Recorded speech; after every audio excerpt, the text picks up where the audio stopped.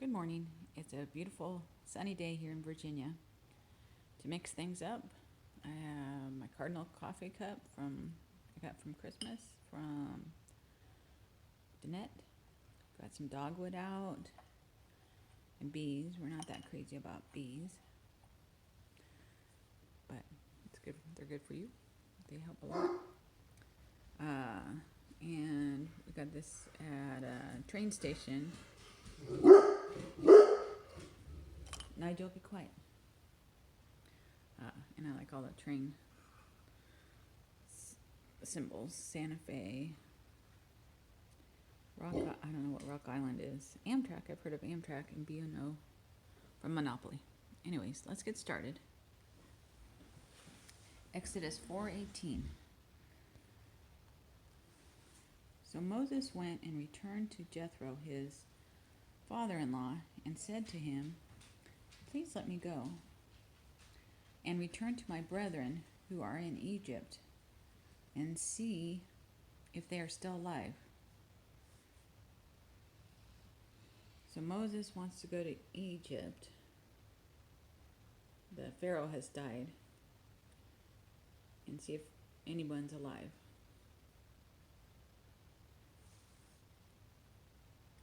And Jethro says, "Go in peace." There's his father-in-law telling Moses to go in peace. Jethro said to Moses,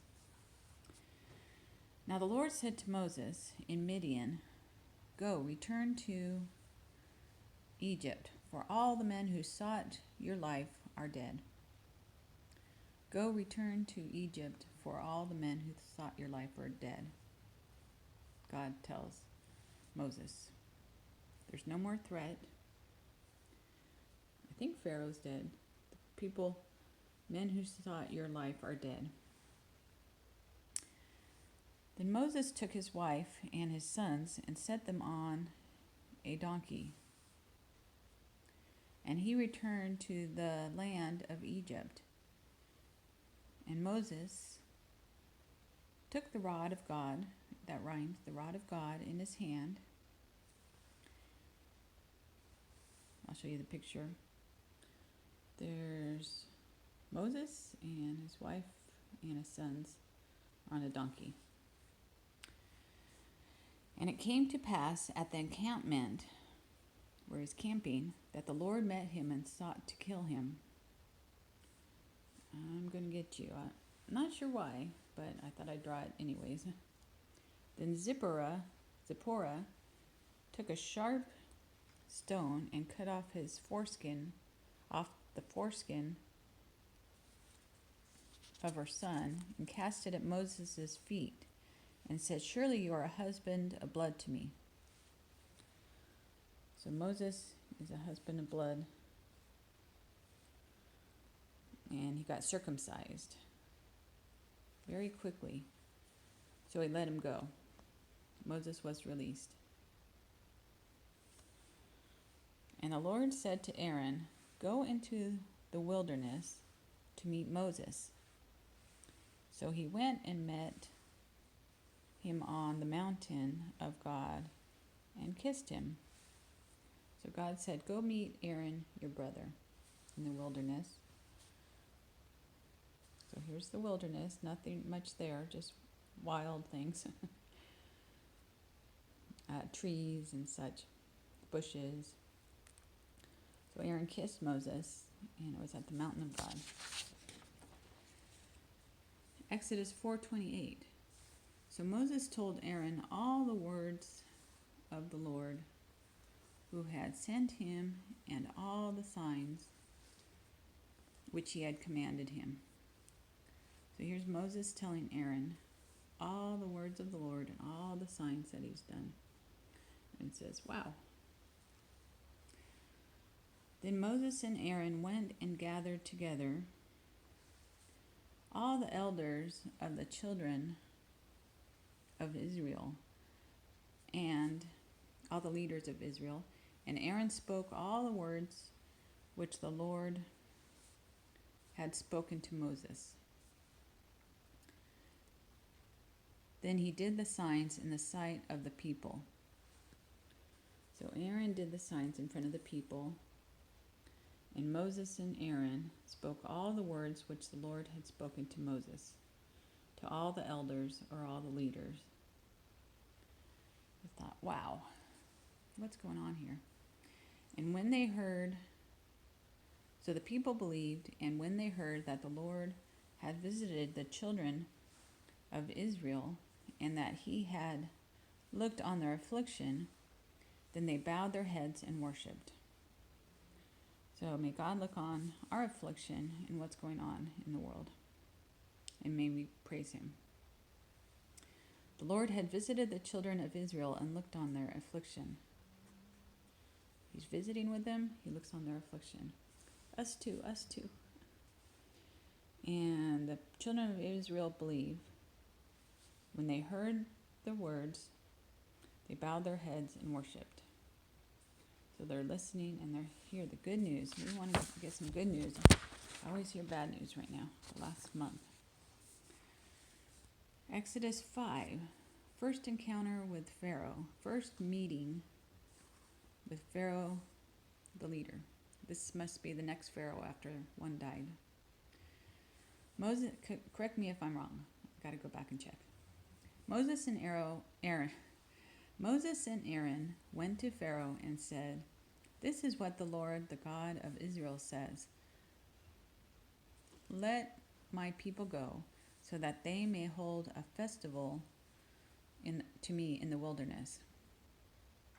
So I'm not sure who said it, but Moses and Aaron said, "Let my people go to the wilderness so that they may worship me and have a festival or a fair or a party."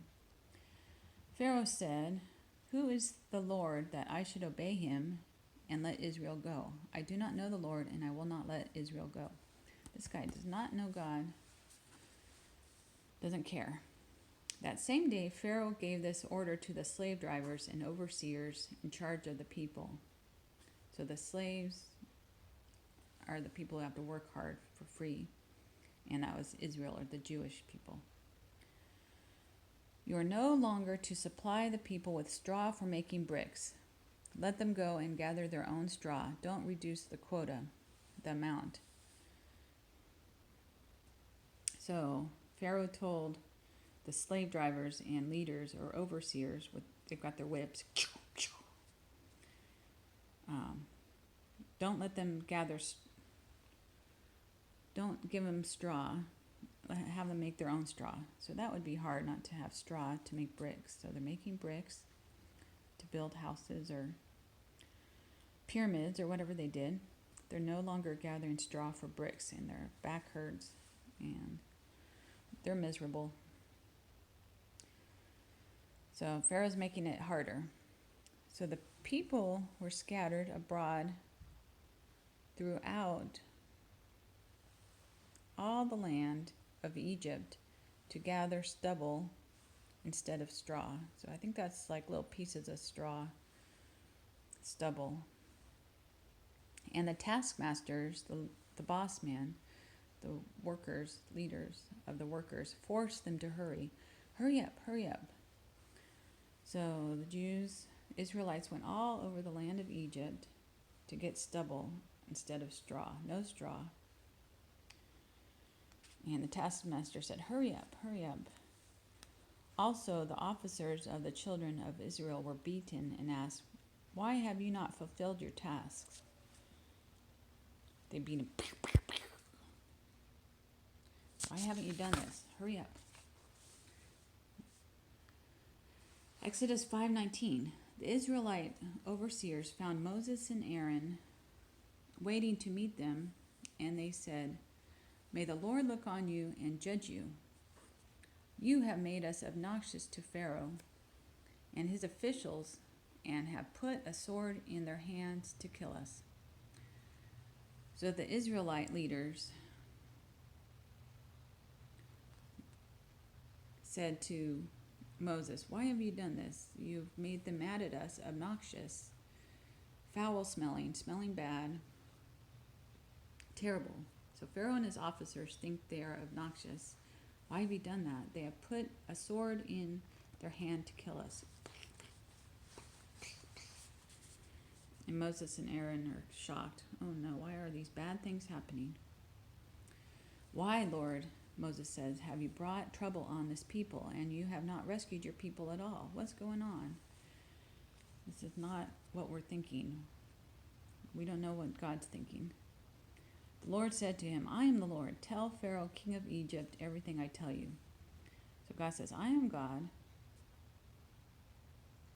Tell Pharaoh everything that I tell you.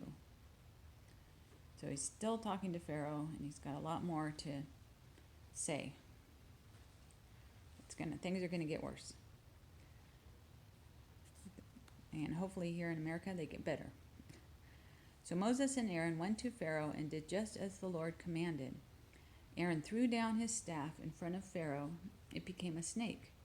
Pharaoh then summoned called wise men, and sorcerers, magicians, and the Egyptian magicians also did the same things by their secret arts. But Aaron's staff swallowed up their staffs. Yet Pharaoh's heart became hard, and he did not listen to them.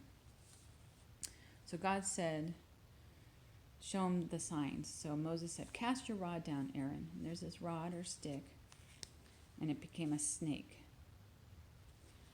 And Pharaoh had a hard heart. He said, I'm not listening. And the magicians and sorcerers, kind of like Harry Potter, said, we can do that too. And they made snakes.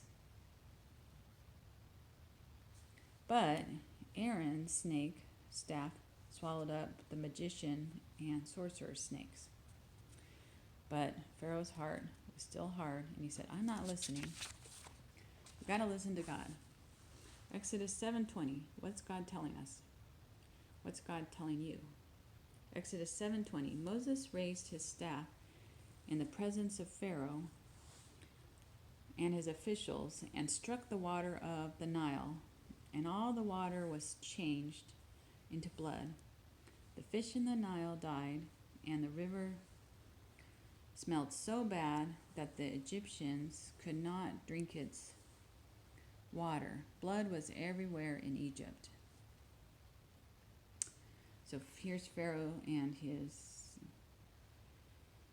people, leaders, officials, and Moses, I guess he didn't talk. He lifted his rod and threw it in the river, and I believe the fish died. Yeah, the fish in the Nile died.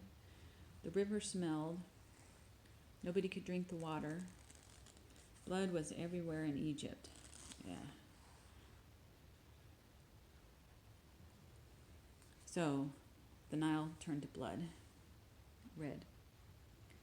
He raised his staff in the presence of Pharaoh.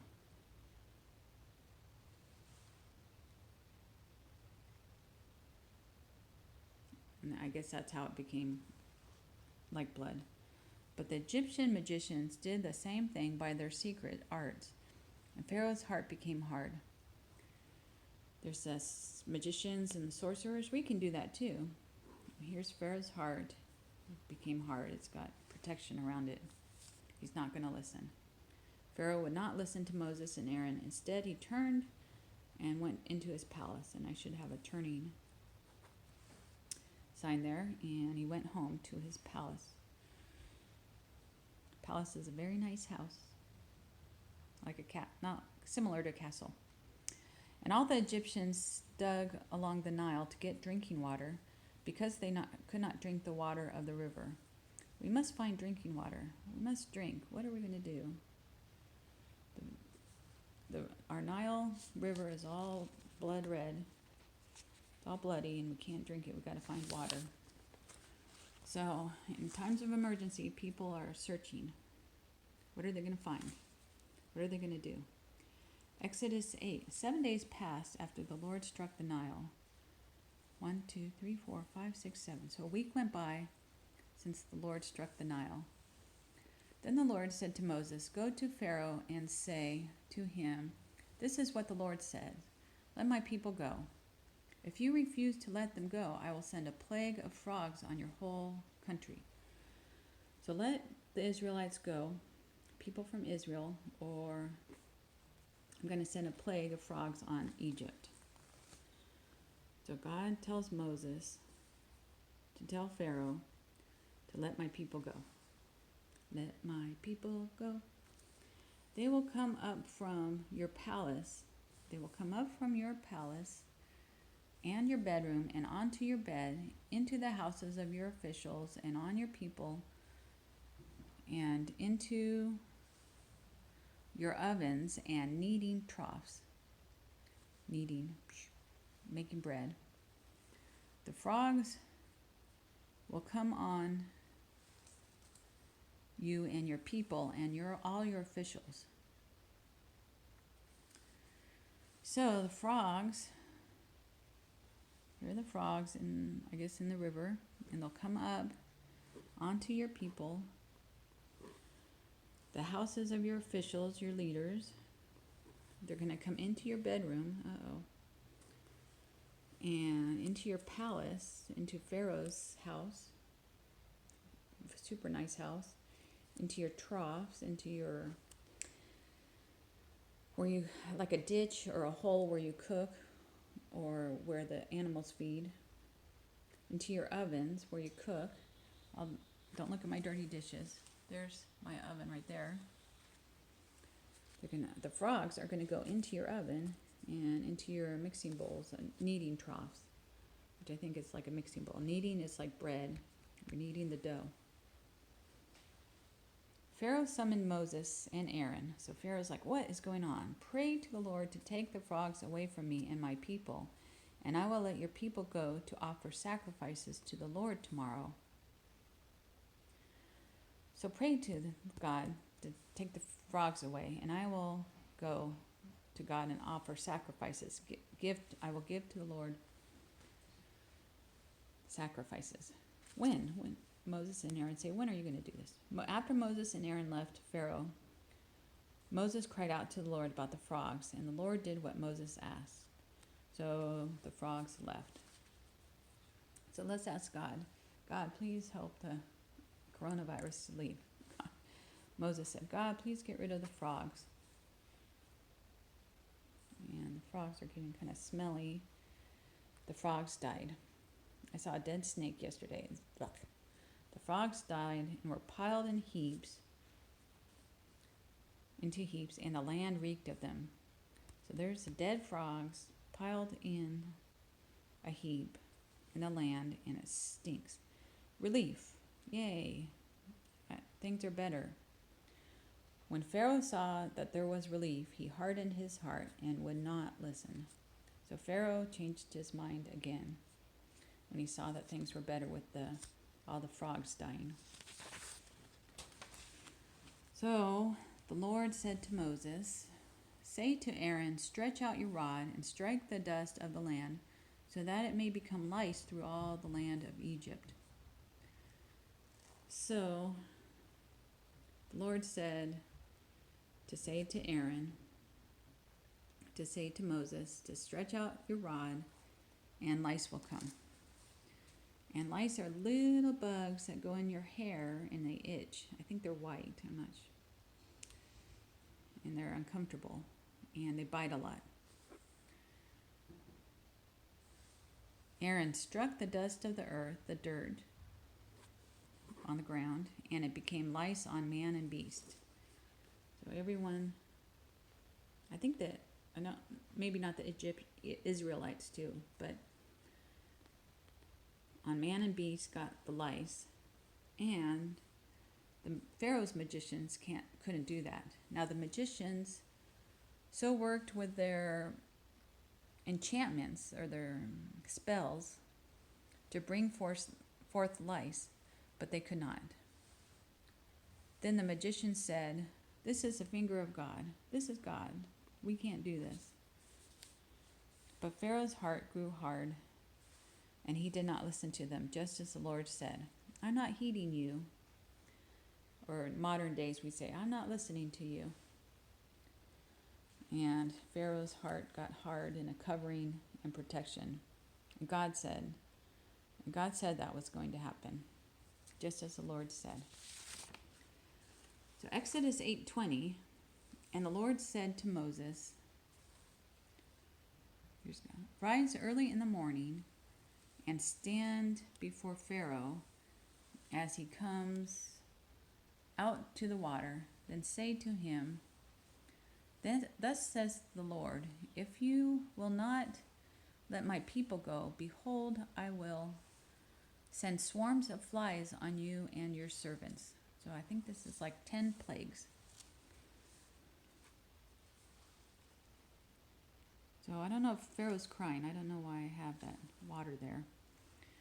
But Moses, not Aaron, but Moses went to go see Pharaoh when he came out to go to the water. I guess maybe every day they took a bath.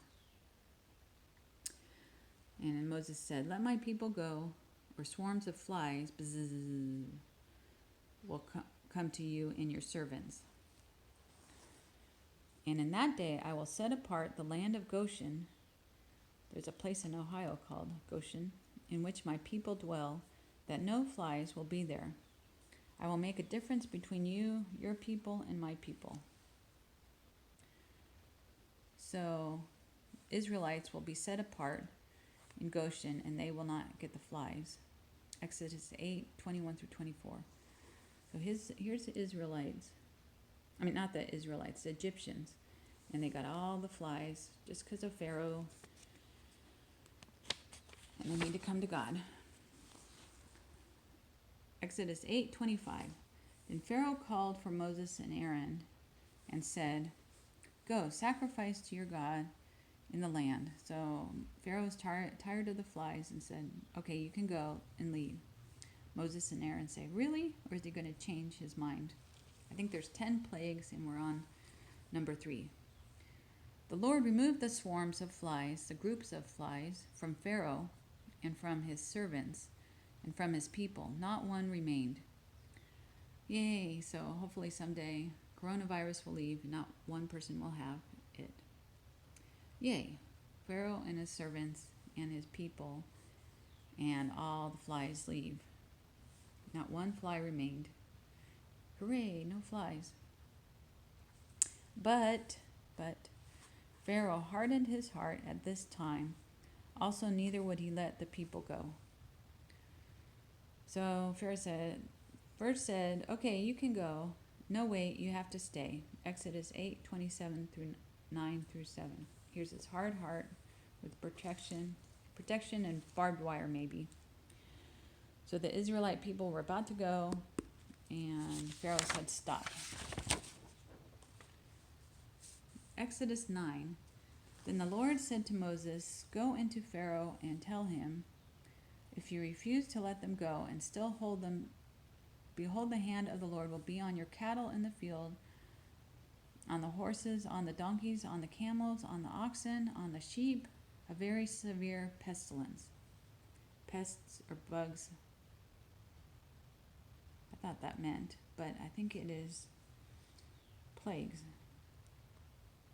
Well, let's find out. So God told Moses to tell Pharaoh, let the people go, or a plague will be on your cattle. So here's cows, sheep, donkey, camel, bull, sheep. And the Lord will make a difference between the livestock of Israel and the livestock of Egypt. So nothing shall die of all that belongs